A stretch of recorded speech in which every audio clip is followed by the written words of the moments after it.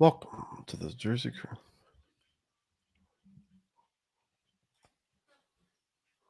Welcome to the Jersey Crew Fantasy Football Podcast. And we are back. We are here, Ben and I, for the first episode post-draft for the Jersey Crew Fantasy Football League. My health is a little bit back. That was the whole reason that this is coming out Saturday night.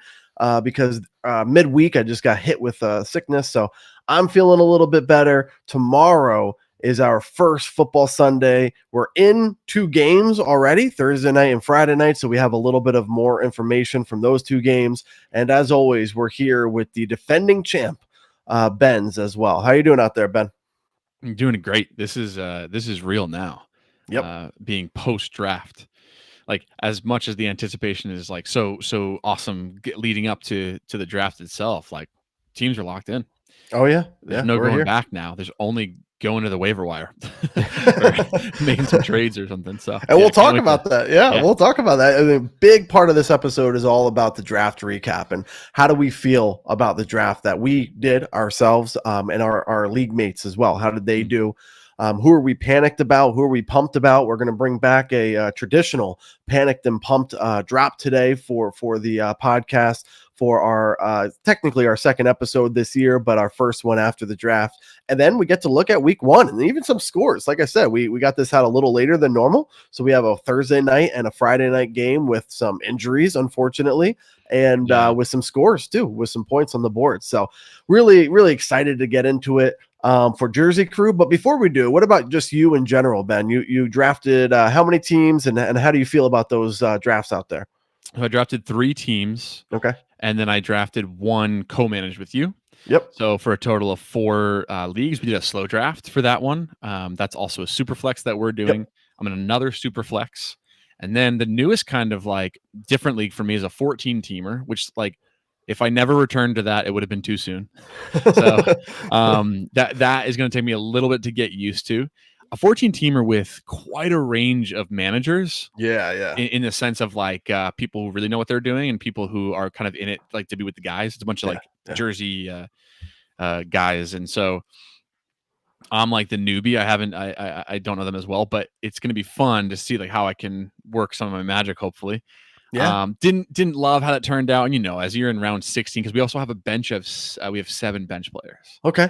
So it's 14 teams and 7 bench players. Yeah. So it is slim pickings at the end. So that's interesting. I'm excited for that one. I got Bo Nix and that one was happy about that. I got Marvin Mims in every league. So I got the stack there that I think is going to be kind of exciting or has a lot of potential. Groovy Q? Then, exactly. Yeah. I don't know.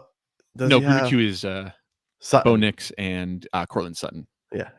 So same kind of idea, which is what I would have loved to. So yeah, I like my camp league team. That was kind of fun. I went with 3 running backs again in the same kind of style, and that one is also super flex. So I got Caleb in that one, and I got Drake May, I think, in almost every league as well. Wow, really? You have a fair amount of exposure to him. I do. Too, yeah, I like him this year. It's all like, how do I repeat, right? Like, how do I do the same thing I did last year in Jersey Crew? And so far, it's not what I thought.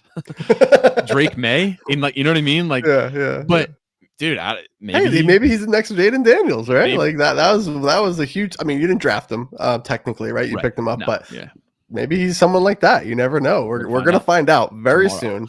Tomorrow morning, I'm gonna get this out so late. So if anybody wants to watch or listen tomorrow on Sunday morning before the games, you guys get to do that. Oh, yeah. We got a whole Sunday. You talked about having a different type of platform for watching the NFL. What was that called? NFL Plus or something? Yeah, trying that out. I'm trying to see like if it's good. I get to watch I get to replay all the games. So as we're doing our waiver wire pickups, cool. I get to go through all the film. And things like that. Can you pick a player and view just their targets or just their catches or something like that? I was really hoping for that. Yeah. Because I feel like that's a lot of what, I mean, the fantasy analysts who aren't like mainstream analysts, like they must have access to that, right? Yeah. No, I know for sure. It's like, I don't know what system or what website they use, but like you can basically look at a player and they'll show you all the targets for a certain game. That one was the after hope, but another. Yeah. yeah, exactly. So it'll be cool. I wanted to try it too because there's definite perks there. So Yeah. let's see how that works for myself. And then red zone, of course. Of We're gonna course. hear Scotty Oh for the yeah. first time tomorrow. So yeah. Yeah. I'm excited. Oh, I could We're cry. back. We're back. So it's going to be a fun time. So we'll get into. Oh, I just to update, I did put out My World of Fantasy a couple days ago, or was it just yesterday? No, 2 days ago, Friday. No, that was just yesterday. Yeah, that's how my week is going. Yeah. And that was fun. So I went over my leagues, but overall, high level, I drafted eight teams this year. Okay. 4 on Yahoo, 4 on Sleeper. 5 of those were super flex, and 3 of them were standard. And I feel very confident about almost every single team prior to Xavier Worthy going down yesterday. So if that's the case and he's really, hurt or he's out for a few weeks, I won't feel as confident for sure. But without that or prior to that happening, or if he just pops back up and plays again, I love my teams in almost every way. So, and I really enjoy this one too, honestly, with Jersey Crew. Again, I have him here too. So it's going to depend on how he feels, but I feel very confident about this team and Jersey Crew as well. So I'm excited to talk about that with our draft and our live draft. I thought it went really well. What was your feedback on the live draft? We had eight members the whole time. No one jumped off. We had everybody there. So what was some feedback on the live draft in your head? It was a blast. It's the second best thing to being together. You don't get better than that as an alternative. So super fun to see everybody, and it felt like the flow was great and easy. It wasn't like we were losing connection or whatever. And no. So it just was. It's so fun to do it live together and get some of those thoughts out there. And thought we had a great group. It was a blast, and I'm glad it went well. Came in a little bit late, but it was cool to come in late and see all right, they're already messing around in here. Yeah. It was a good time. So we'll go over that today, and we're going to be able to on YouTube. If you guys are listening, for any listeners, we are also streaming on YouTube, and this is going to be our chance to kind of look at the draft for our Jersey Crew League. And what I want to do is really look at the first 6 rounds. That's really what I'm focused on. We'll look at the first 3 rounds here, and then we'll look through 4 through 6. If I scroll down. So first off the bat, I just want to go through some names and we're going to look at some maybe solid picks, value picks, and some surprise picks. So for the first round, we have Bijan. I mean, that's not a surprise there. Jamar Chase, Jahmyr Gibbs. I'm happy about that so far. Not a huge surprise. Saquon, CMC. So this is the first, I guess only because of the news though. And we don't know a lot about what's going on, but how do you feel about CMC? I guess post news. So now we know maybe something's happening. We don't know if he'll be out, but of course he wasn't practicing and it kind of blew up on social media. So CMC number 5, how do you feel about that pick? I don't mind it. I mean, some people were saying take him at the 101. That's fine. That would be a little bit crazy, a little bit rich for my blood, but I don't mind. At 5, you may have just gotten the best player in the entire NFL. Yes, it's a huge risk, but it's almost like after 3 or 4, it's like if you're not taking him, you could be passing up the best player at 4, just because you're a little bit scared of what happened last year or 2 years before last year. I don't know. I don't mind the pick at all. How do you feel? What do you think in all that you've seen this draft season? That's exactly where he goes, 5 through 7, sometimes 4. I mean, one of the things that we looked at saying Ricky Pearsall is a good pick because there's no target competition. Well, so is CMC because there's no target competition. Exactly. So it's I don't mind that at all. I think it's a good pick. Post news is kind of scary, but Sean got the handcuff. I mean, he got the double handcuff. I was joking with him, if I wasn't talking about it on the live stream, I don't know if he would have done it, but he did. And it kind of works out in that situation. So it's not a bad pick there. CeeDee Lamb, great pick there. 6, actually probably value. Great. I mean, I've seen him go 3, 4, 5 most of the time. So CeeDee Lamb there. Amon-Ra, good pick there. Josh Jacobs. So this is the first surprise pick for me in the first round. I usually see him go at the back of the second round during most of my drafts, maybe mid-second round. So how do you feel about Josh Jacobs in the 8th spot for Joe DeChamps here? I was seeing the same thing, right? He's getting to the almost to the borderline end of second round or toward the latter half of the second round. And it's that's pretty crazy. I think Joe made the right call here because I think people are similar in a way to Christian McCaffrey. Like Jacobs had really down seasons, but it was like as soon as he got to Green Bay, this dude just what did he put up, like high teens touchdowns, right? Yeah, Didn't he have like yeah. 16 or whatever? I think he's going to be great. And so it's the same type of principle, right? Like, okay, the risk is the only risk is like what happened in the past. Right, right. It's not anything that he actually is, like who he is as a player. So you take him there, you may have just gotten the third overall touchdown scorer or fourth or fifth when it comes to running backs. Like, it's a great pick. It seems like a little bit of a reach. I don't think it is. Yeah, I wonder. In my head, I'm like, it's a reach only because I would go Devon Achane before him. I would go, I don't even know if I'd go Derrick Henry. Bucky. Yeah, so it may be just one, and that's a personal opinion too. So, Right. maybe it's not as much of a reach as I thought. Nico Collins is normal to me. Derrick Henry is pretty normal. Groovy Q went with Derrick Henry there. Jonathan Taylor again. So this is maybe a same answer for you, but this is a reach for me and what I've seen. Again, back of the second round is what I usually saw JT going. So how do you feel about the Jonathan Taylor? Is it maybe just a running back thing? Was it a scare? Was it a scarcity thing where people, our league mates thought there was going to be a running back, a deficit, so they wanted to take more of them up front? Or how do you feel about JT at the 11 spot? He was the same kind of thing where, like, when I was mocking in like more toward like July, late July, I was getting him in like the third round. First pick of the third round, but still it was like he was very much available and just slowly kept getting higher and higher and higher. I think part of that is that there was a decision at quarterback, and so you at least know what's going to happen there. And the other part of it is, like, think about how he ended last year on that like 6-game hair and just destroyed. I don't know if the line's all that great, and so maybe people are a little bit worried about that. I think there's something about him team wise, because the Packers are going to be fantastic, or they could be. Team wise for Jonathan Taylor, I think that may be a little bit too much of just a little bit of a reach, because the risk is not so much on him as a player, it's more on like his situation. Yeah. And so I think I think I agree with you. It might be a little bit high. Yeah. Malik Neighbors, back of the first round, normal. Bucky Irving, pretty normal there as well, to be honest. Drake London, another good pick there. Justin Jefferson. So this is a surprise value. Okay, so this is a huge value that Q got. I was laughing at him. I don't think you were on yet, Ben, but he was almost like worried or something. He was like, what? Like, I guess I have to. I'm like, what do you mean? Yeah, you should have. Someone. So he usually goes in best ball or drafts, 4, 5, 6, 7, right around there. So really interesting to see him go the second round, third pick. And a little bit anything on Justin Jefferson going late and Groovy Q picking him up. I was shocked as I was driving with my draft in my hand and like trying to figure out what was next for me. I was like, how has he not gone yet? I knew he wouldn't get to me, but I was genuinely curious with all the stuff that I've like looked at. I was like, did I miss something? Right. Yeah, I think he was too. Yeah, right. So unbelievable value for him there.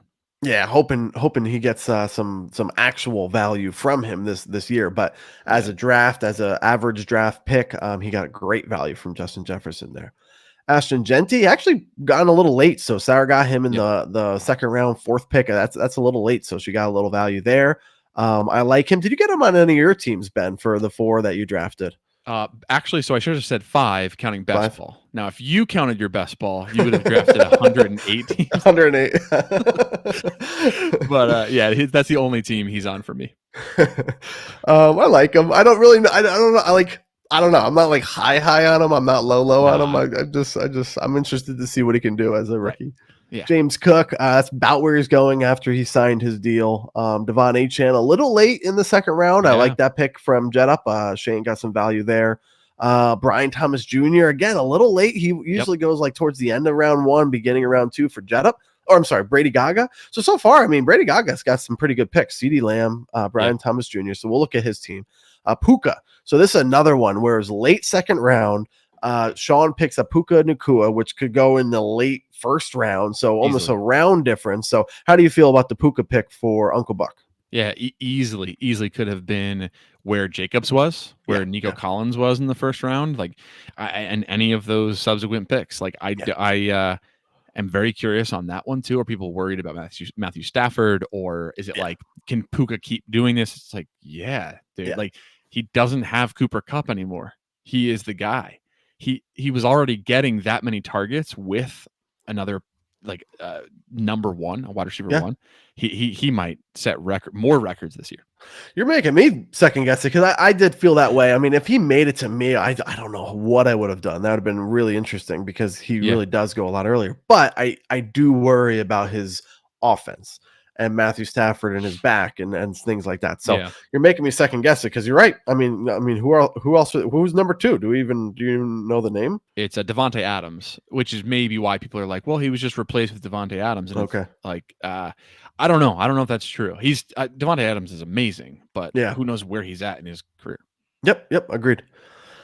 Chase Brown, great pick for Giants and Cowboys. If he didn't go, I didn't really make a big deal out of this, because I usually have 2 or 3 options, to be honest with you, just because I know where players are going. Yeah. But that was a good snipe for Matt, and Giants and Cowboys suck. So great. I was definitely eyeing Chase Brown and was going to click him immediately if Matt didn't, and he did. So it put me in a. So I love that pick. Great pick for Matt. Good value for Chase Brown. He was going a little earlier than that normally. Then it comes to me. So running backs are basically out. I in this situation, back of the second round, I'm usually getting Bucky Irving, Jonathan Taylor, Josh Jacobs, and all of those already went. Devon Achane, and then my last one was Chase Brown, and he went. So it was really interesting for me. I could go Ladd. Kyron Williams was available, but I haven't really been playing him. Omarion Hampton, for me personally, was a little early and to get him. So it was a situation where it was like, I like Brock Bowers. I don't love his offense, but Geno Smith could improve that offense, and he could be a little bit more of a wild card. So I did go with Brock Bowers to kind of solidify one of my onesies for the tight end position. Also knowing in my head that I'm going to go most likely quarterback in round 3. So it's almost like, if I don't go Brock Bowers now and I go quarterback, now I have to start drafting wide receivers and running backs. And what tight end do I end up getting? So I went Brock Bowers. How do you feel about that pick for second round, pick 10? I think you get a steal. Now it may not be a whole round amount of a steal, but 3, 4, 5 picks. I've been seeing Bowers go at the front end of round 2. Yeah. And I think it kind of makes sense. Like, hey, we were taking Gronkowski and Kelsey in round 1 a couple of years ago. Not a couple of years ago, but I don't think it's bad at all. He's only got 1 year as a sample size, so it's a little bit less likely, but or less sure. I think it's a great pick, and I think you were kind of pigeonholed into taking that pick, and you made the smart choice of like, I could go for my quarterback, and you got Lamar anyway. So yeah, great pick. Yeah, I like that pick too. I'm interested to see. I don't have a ton of Brock Bowers. It wasn't someone I was targeting all year, but when I was in that situation where all the running backs I usually get in the back of the second were gone, I was like, this is interesting. So went with Brock Bowers there. Ladd McConkey goes after, and then Kyron Williams for your second pick, with double clicking on Omarion Hampton right after that. So Bijan Robinson for you, and then Kyron Williams and Omarion Hampton on the turn. So how do you feel about that start with 3 running backs, and then also those players themselves, Kyron Williams and Omarion Hampton? Well, if you asked me before last night, I would have had a different answer. Did you watch the game? He didn't look terrible. Like the stat line looks worse than how he played. In my opinion. What about you? I think I agree. I wanted to see something like I wanted to see like one special moment, and it just looked like he was almost nervous. Yeah, I don't know. If jitters. NFL players, maybe, but that's what I'm hoping for. But I'm gonna put that to the side because we never have done an episode while games were being played. So I'm gonna try to be like without that thought. But I really wanted Hampton because I just wanted something like fun, like new player, exciting, could be an RB, like the RB5 or whatever. But I only could get him if he was my 3, because if he happens to do that well, and he's my 3rd running back off the board, like on my team, then I'm like set and like in a really good spot. That's true. And so I felt I had to go with another top tier running back who I didn't have to rely on so heavily because I already had Bijan. and then I felt comfortable going with Kyron. I didn't really want Kyron, but Right, yeah. I like wanted a running back, and to me, it was positionally. I had to like stick with that. I had to stand my ground on that, and then I wanted Hampton. So that went pretty well. I really wanted Chase Brown, and I was only I 3 know. picks away, right? Like he was I right know. there. Well, you weren't going to get him if you slipped by Matt. Because exactly, yeah. I would have got him. So I'm intrigued, very intrigued.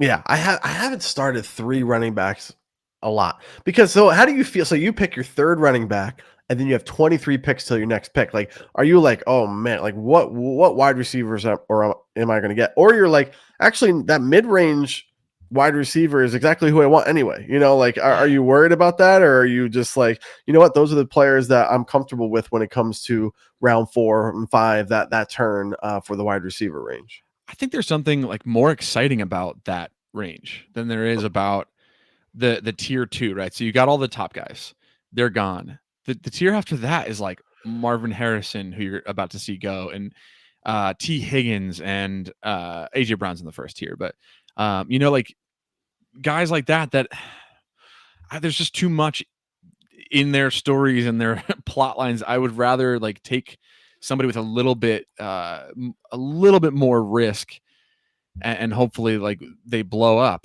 I don't know. I was perfectly content with starting on like a little wide receiver run a little bit later. Yeah, I agree. So you went double clicked with the running backs. AJ Brown went off the board. Lamar Jackson. So the first quarterback off the board was myself, something I've been doing a lot after getting 2 running backs. Yeah. This one was a little different because I went running back and then tight end. Right. And then quarterback. So basically I got, and my thought process here is, all right, I have a potential number 1 onesie in Bowers. Yep. And a number 1 onesie in Lamar Jackson. For sure. So if I have potentially number 1 in both those categories, I could sacrifice a little bit of value within my wide receiver. And Jahmyr Gibbs, I mean, being number 1 is not like out of the range of outcomes. You know, maybe it's a little bit less likely, but it's not out of there. Out of the range of outcomes for Jahmyr Gibbs as well. So I felt okay with this. And I went with Lamar Jackson over Josh Allen just because that's a really tough call for me. But I think it's just with his ability to run, his team, and almost his like he's been playing at MVP caliber, you know, seasons over the last couple seasons, but he hasn't gotten it done in the playoffs. And I feel like he just has a chip on his shoulder, kind of more than Josh Allen, and he kind of does too as well because you know he can't beat Kansas City, but. I don't know. I went with Lamar Jackson over Josh Allen there. It's one or the other for me personally, and I went with Lamar. How do you feel about that decision? I think you can't go wrong in a sense. I think, yeah, to me, Lamar is more exciting. I don't really know why, because Josh Allen just bulldozes people, and Lamar outruns them. But and I was gonna say, well, Lamar has a little bit of a better receiving core, and it's like, does he? Yeah. I don't know. Both of those teams are like pretty even when it comes to wide receivers, and like they're not that special. So, I like the pick. I think if you had to pick between the two, I think you picked the right guy, and I couldn't really tell you why. But yeah, I agree, and that's what I was kind of leaning towards the end of draft season for end of August. I was going Lamar over Josh Allen quite a bit. Trey McBride goes after that. I like that pick. Good tight end, great tight end. I almost favor him over Brock Bowers in certain situations. So right. I really like that pick there. T. Higgins for Uncle Buck. George Kittle, a little early, but I also like that pick too. Like it's not really that bad of a pick for Brady Gaga. You think that's early for George Kittle, or you think that's a pretty good pick for Brady Gaga? No, I think if you're looking for a tight end, you're not going to get him past the 3rd round. No. I never saw him go past the 3rd round like once in what I'm thinking of. And so I think if he wanted a tight end there, then that's where he had to take him. Yeah. I kind of like his start so far. We'll look at his team, but it's a pretty good start for Brady Gaga. Jaden Daniels jet up. So this is a surprise for me, just because, not because he went in the 3rd round, but because he went before Josh Allen. Do you think that's a mistake? Mistake? I don't know. I think like it could be, because for the whole thing surrounding Jaden Daniels in this draft season was like he has to deliver at such a high level, because where he was drafted and like picked up last year, what he did was amazing. but now you're taking him before Josh Allen. He's got to put up Josh Allen or better numbers. Right. Yeah. I just think it's, if he's in that spot and wanting a quarterback, it's hard for me to say, go with Jaden Daniels over Josh Allen. So, and then of course, Josh Allen goes the next pick, which I really like that pick. From the champ is here. And I like his start too. James I was Cook. Just going to say him too. Yeah. He stacked James Cook with Josh Allen. I don't know if I realized that until right now. Yeah. Okay. And then he has Josh Jacobs. So pretty good start with the champ, who I'm playing in week 1. So we'll go over that soon. Yeah. Jalen Hurts goes off the board. It's a little early for Hurts, but obviously he put up a great game on Thursday. He does the running aspect of the quarterback job very, very well. And he's one of the best to do it in that field. So I don't think it's a bad pick. It's a little early for Jalen Hurts and what I've seen, but you could be on the train that's like, hey, if Jaden Daniels, Josh Allen, and Lamar Jackson are gone, and I want a quarterback, I'm not getting Jalen Hurts if I wait. No, maybe she does, maybe she doesn't, but she went with Jalen Hurts. So not a bad pick. I like Jalen Hurts. He brought me to multiple championships last year, and I think he could do the same for Sarah this year. Yep. Kenneth Walker for Groovy Q in the 10th spot for the round 3, and to finalize round 3, we have Terry McLaurin and Marvin Harrison Jr. So any feedback on those last couple picks from Hurts all the way to Marvin Harrison? I think those last 3 there are really tough because they could all be fantastic picks only if they, like if McLaurin does what he did last year. Right. And we know what Walker's capable of. I watched it for a full season and didn't always get it right. So I know like how good he can be if he doesn't get injured. Same kind of thing for Marvin Harrison. Like, does he have the year that everybody thought he was going to have last year as a rookie, but what Brian Thomas had and Malik Neighbors had instead? I think he does. I think from what it sounds like, he's too good. And if Kyler can just get him the ball, I think he's going to have a huge season. So, but I think it's kind of cool that those 3 went in succession because they're like the same type of pick. Yeah. Really great. And you kind of have to do it at that point or else you're passing up. Yeah, I don't mind those picks at all. So we're going to do the same thing for the next 3 rounds, but a little bit more lightning round. And what I'm going to say is I'm going to pick out one of these players from round 4 through 6, and I'll ask you if you think it's a solid pick or if it's a surprise for you. Solid or surprise? Yeah. Yeah, solid or surprise. So Chuba, Alvin Kamara, Trayvon Henderson. I like Trayvon Henderson. I like that pick. James Conner, DK Metcalf, all these are pretty normal. Garrett Wilson. So Garrett Wilson, round 4 for Jetta. How do you feel about that pick? I'm going to say surprise because I just would never have picked him the whole draft. Yeah, me neither. I don't have a lot of him either with, what's his name? Justin Fields as the quarterback there. Mike Evans, Breece Hall. Again, I don't have a lot of Breece Hall as well. It's not a bad pick in round 4, but I just don't have a lot of them. Yeah. Tyreek Hill from Giants and Cowboys. I don't know if you were here during the live stream, but his son picked Tyreek Hill for him. So how do you feel about Tyreek Hill in round 4 for Matt? That's why you said that. I think it's solid. I think it's fine. I don't think it's that crazy. I think it seems crazy, but yeah, I think it's solid. Yep.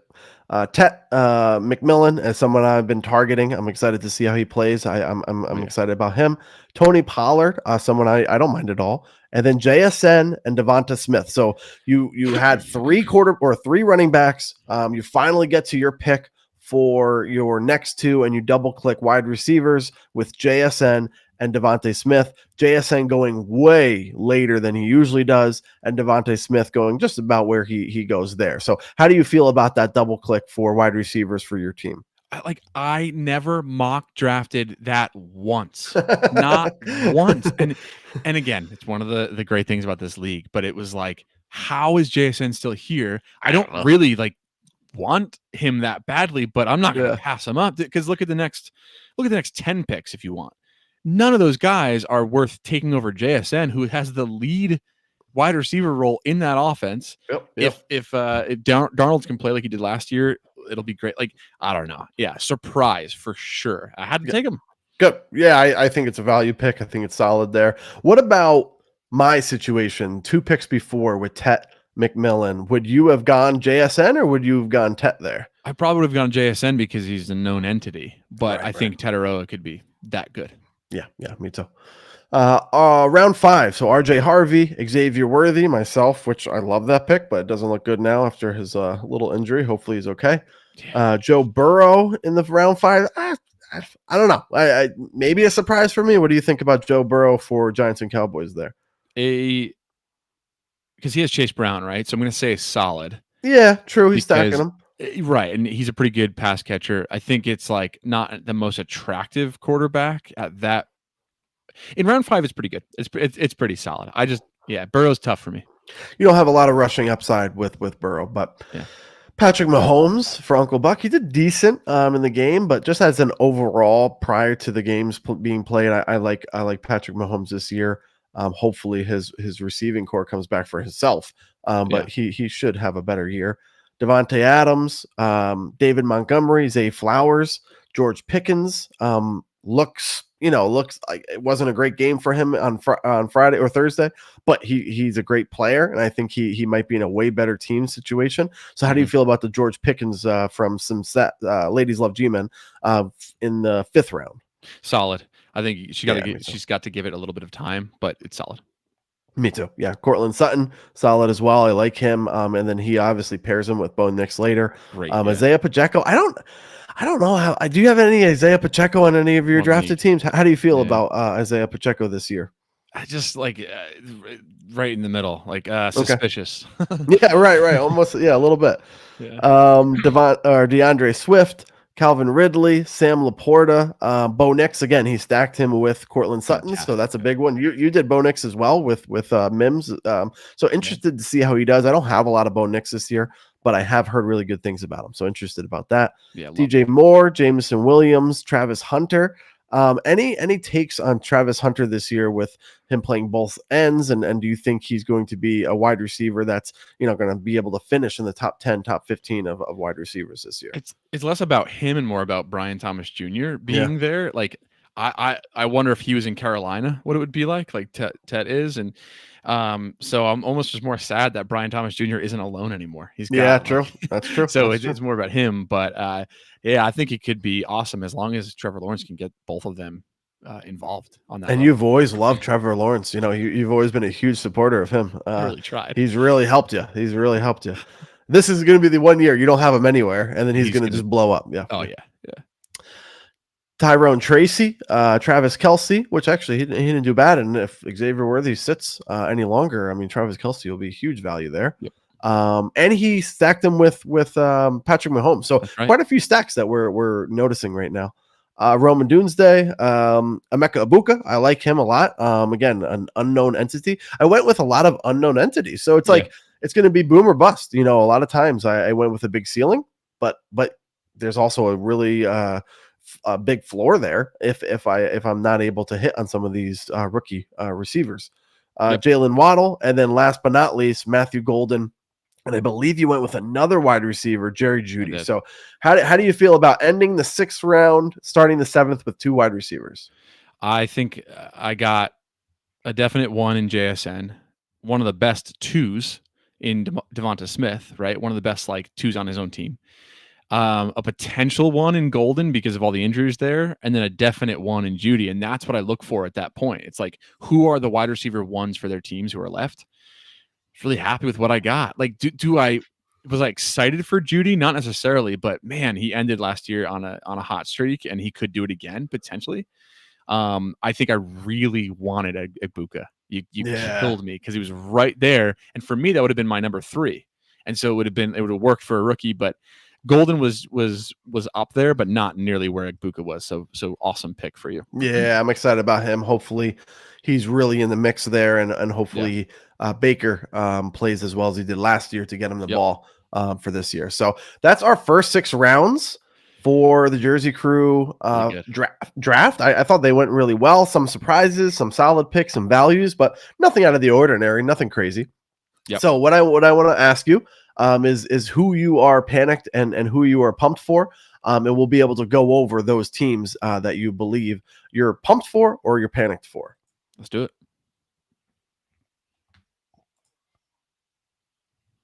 All right, let's start with one that you are pumped for. So one of your favorite teams, and I'll bring that up here on the screen.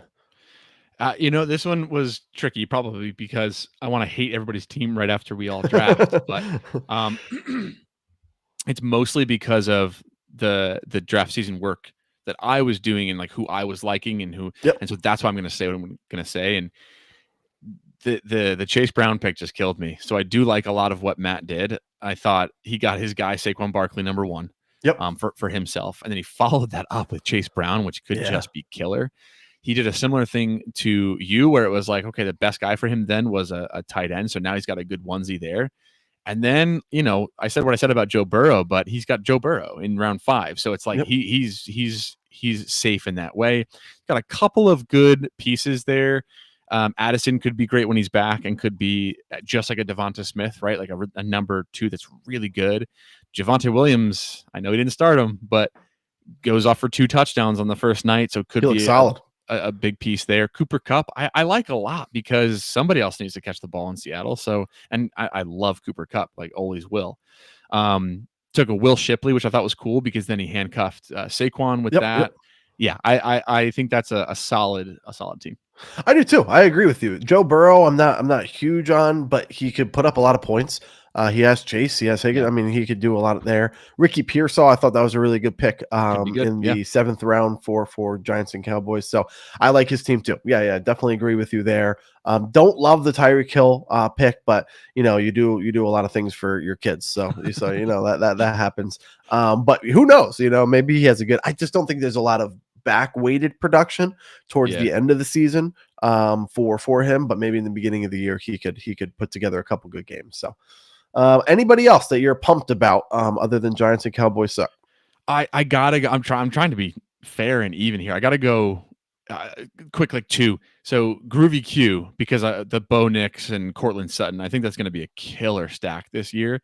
Maybe not on the level of like Justin Herbert and Keenan Allen that one year, or like JJ and Kirk Cousins, but could be really, really strong. I also love Travion Henderson. That could be awesome. And he got Justin Jefferson in round 2. Like that's got to be a pumped, even if it was like nothing else. Yep. No, I agree with you. I like Derrick Henry. He's just always solid. It's not someone I really target a lot and go after, but he just scores touchdowns just year after year. Yep. Kenneth Walker, Bo Nix in the stack there is going to be questionable in my opinion, but it could hit big, which is what he's hoping for. And a couple of his Hollywood Brown actually looks good now. Yep. If Xavier Worthy does stay out anytime, he looks like a pretty value pick there in the 12th round. So agree with that. And then you have one more pumped before we moved on to our panicked. It's kind of in the middle, and it's actually your team. I'm really curious to see how you're going to do with 2 rookie wide receivers. Last year, your thing was running back, and it worked because it's like your opposite thing was running back. You didn't go with running backs. This year, you didn't really go with wide receivers, and very curious. Like how those rookies pan out. Yeah, me too. And it's definitely one of those polarizing, teams where it's like it's going to be either really good or it's going to finish, near the bottom. Like I don't think I have a really, high likelihood of finishing in the middle. I like 6, 7, 8. Like I just don't. I think I'm going to be in the top 3.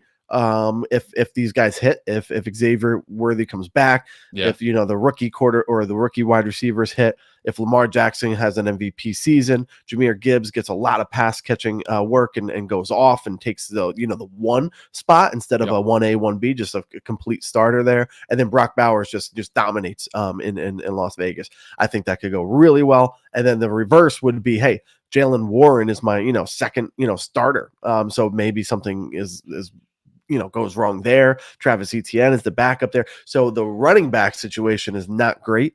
Maybe Bashal Tutin, does something. So I'm a little nervous there. But I believe that it's one of the teams that I really enjoy because of that reason. It's like, we're going to see what happens. And hopefully Xavier Worthy and his injury is not an indication of what's going to happen this year for me.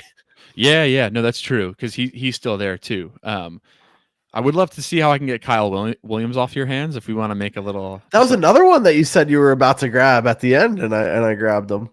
It's just he's kind of like innocuous. Like we're either going to drop him or he'll do pretty well. And I have Drake May, so a little stack there. We'll see in the first 3 weeks. Let me see how much value he has. Too Well, maybe I'll try him now. I mean, Yeah. but no, I want to see how he is because I believe in him. But if he does have a couple good games, maybe I'll try to get a little bit more from you too. Yeah. All right. All right. And anyone that you're panicked about, any team that you looked at and you just say, I am panicked about this team. I feel like I do this every year, and I'm so sorry, but I'm worried about Pack Attack. Let's see where he's at. Okay. Neighbors as my number one is like exciting. And then it's just like if Bucky Irving isn't what he was last year and you took him as the 13th overall pick, that scares me a little bit. If Kyler, like we had to deal with Kyler on our co-managed team last year, I remember. one of our co-managed team, and it was brutal. It was awful. And like maybe that's half the issue. Chuba Hubbard I just don't like as a number 2, especially if it's to Bucky Irving. It's the combination of these players that has me a little bit worried. Yeah, no, I believe you, and agree with you. Marvin Harrison Jr. is kind of in the same bucket of players that I'm kind of worried about. Calvin Ridley, I'm less worried about. I think he could have a good year, but he hasn't proven himself really in reality. I mean, he had a decent year last year. Right. Evan Ingram as the starting tight end is a little worrisome. I mean, he's with Knicks as well, so maybe he goes off and has a good year. But yeah, I agree with you. Hopefully for his sake, he does well and he's competitive, but I am a little worried about that team as well. Anybody else for panicked? I also feel like I may have done this before. I mean, I think we started this our second year. Right? I don't think it's been all 4 years, but ladies. Oh, here's what I'm worried about. Ashton Genty. Okay. Not him, but his team. Okay. Just could be so bad potentially. We don't know. Yes, Gino could make everything better. He could, but and then you got James Conner as your number 2, and James Conner is one wrong play away from being done for the season. And it's like, okay, so who do you have after that? Zach Charbonnet. And this no shade here. I just really want this team to go well. And then you're like, okay, but at least you got Nico Collins. Yes, that's great. Awesome pick. Number 2 is George Pickens. We just don't know. Yeah, we don't. We're not sure. TJ Moore, I think, is a really solid pick in the 6th round. I think he's going to be awesome with Caleb this year. I'm hoping for. And then Tucker Kraft is like a really just like middle of the pack tight end that I think could be great. Yeah. She might have a tough time all year picking Tucker or Dallas Goedert every game. That's right. I was actually almost surprised she didn't go with Dallas Goedert over Tucker Kraft for the first game. Yeah. And I mean, I have a lot of Dallas Goedert. I think he's going to do good. He did do well. Jalen Hurts, I like him a lot, and he proved himself Thursday night too to be really good. And then she has a couple question marks too. So I definitely agree with you. Have you done ladies before? I feel like Sean, you usually say you're a little panicked about, but ladies love G-Man. Maybe one of the years, but yeah, I agree. It's a little worrisome. But we'll never know until the season starts. So it'll be exciting. Anybody else you're panicked about before we move on? No, I'll leave it there for now. I think everybody else is in a really nice middle spot. Yeah. The only team I wanted to bring up potentially was actually Brady Gaga. Let me see if I can find him real quick. So CeeDee Lamb, Brian Thomas Jr., George Kittle, Mike Evans, Devontae Adams. It's not a bad start. It really isn't. Dak Prescott, he didn't do great, but I like his projections this year. He stacked them with CeeDee Lamb. That's another stack that we just found today. I mean, I didn't realize that until right now. I think that's a great stack. I think it's really smart. That was smart of him. So kind of like his team. I wouldn't say super pumped, but I kind of like his team there. To be honest with you, one of the panicked ones that I had was Uncle Buck. I like CMC. We'll see what happens with his injury scare. Puka, haven't been a huge fan of. T. Higgins, number 2 on that team, not a huge fan of. Breece Hall, not a huge fan of. Travis Kelce, I mean, he did all right, but not a huge fan of. Chris Olave, I have a bunch of them this year, so I can't really talk bad about him. I don't know. What do you think? Brian Robinson Jr. was pretty smart for the handcuff. Keenan Allen actually did really well. Did he start Keenan Allen? Do you know? Well, I can look real quick. I don't think so. If I had to guess. I didn't see the score. Oh, he must have. No, he didn't. He still had 40 points. But... And how much did he have on the bench? I'm just interested to see. 19. Okay, so that's actually a pretty interesting pick, and I like that too. So, what do you think about Uncle Buck's team? Yeah, it's not panicked. I don't think it's all the lever is all the way that way, or and it's not pumped. It's like perturbed. No, I don't know. I'm just kidding. But I actually do like the Puka pick a lot. I think that's kind of awesome that he got him there. And then if Mahomes and Kelsey can do that in a lot of these weeks, I think that's going to be really great too. Yeah, I think, like you're saying, though, he's going to have a tough time knowing who to start because Keenan's going to be that little thorn in his side the whole year. Maybe he's awesome every game. It's hard to tell, but when Keenan's good, he's one of the best like role players like in his position. So it's gonna be tough.